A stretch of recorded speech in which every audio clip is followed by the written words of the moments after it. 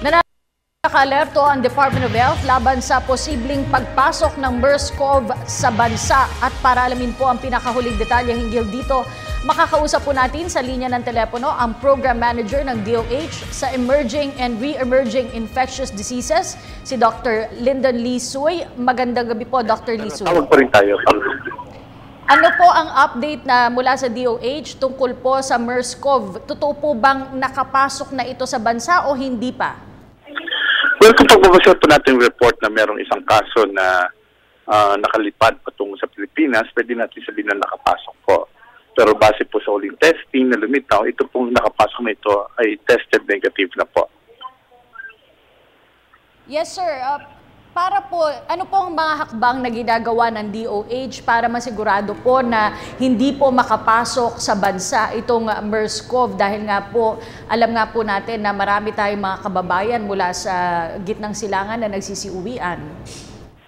Well, ang ginagawa po natin ngayon talagang tulad ditong may nakasamang pasahero na positibo, tinitrace po natin pasahero na nakasakay po dito at sinisigurado gusto nating mangyari is na-examine natin para masigurado natin na wala sa kanila ang lumitaw na positibo po dito sa MERS coronavirus. Pangalawa, para sa ibang biyahe naman na pumapasok ng Pilipinas, meron po tayong mga screening procedures na ginagawa halimbawa sa airport para sa may mga sintomas na pumapasok.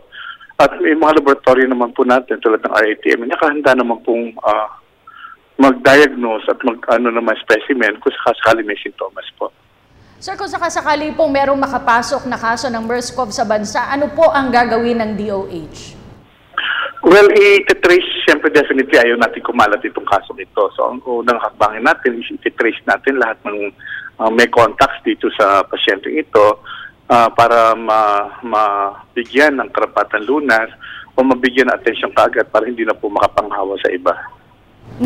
And ano-ano po yung mga sintomas nito at paano po natin malalaman na kung sakasakali nga po meron na nito sa bansa ay apektado po ang isang individual?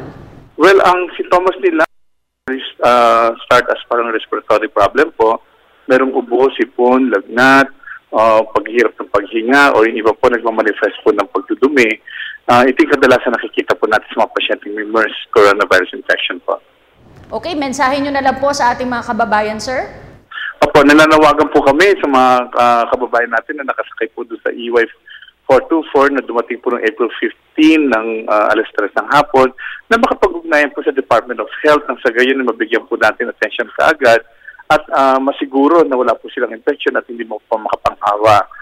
Meron po kami trunk line na pwede nilang tawagan para makikoordinate po sa amin.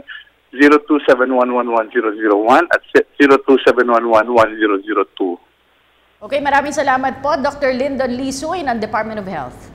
Salamat din po at mabuhay.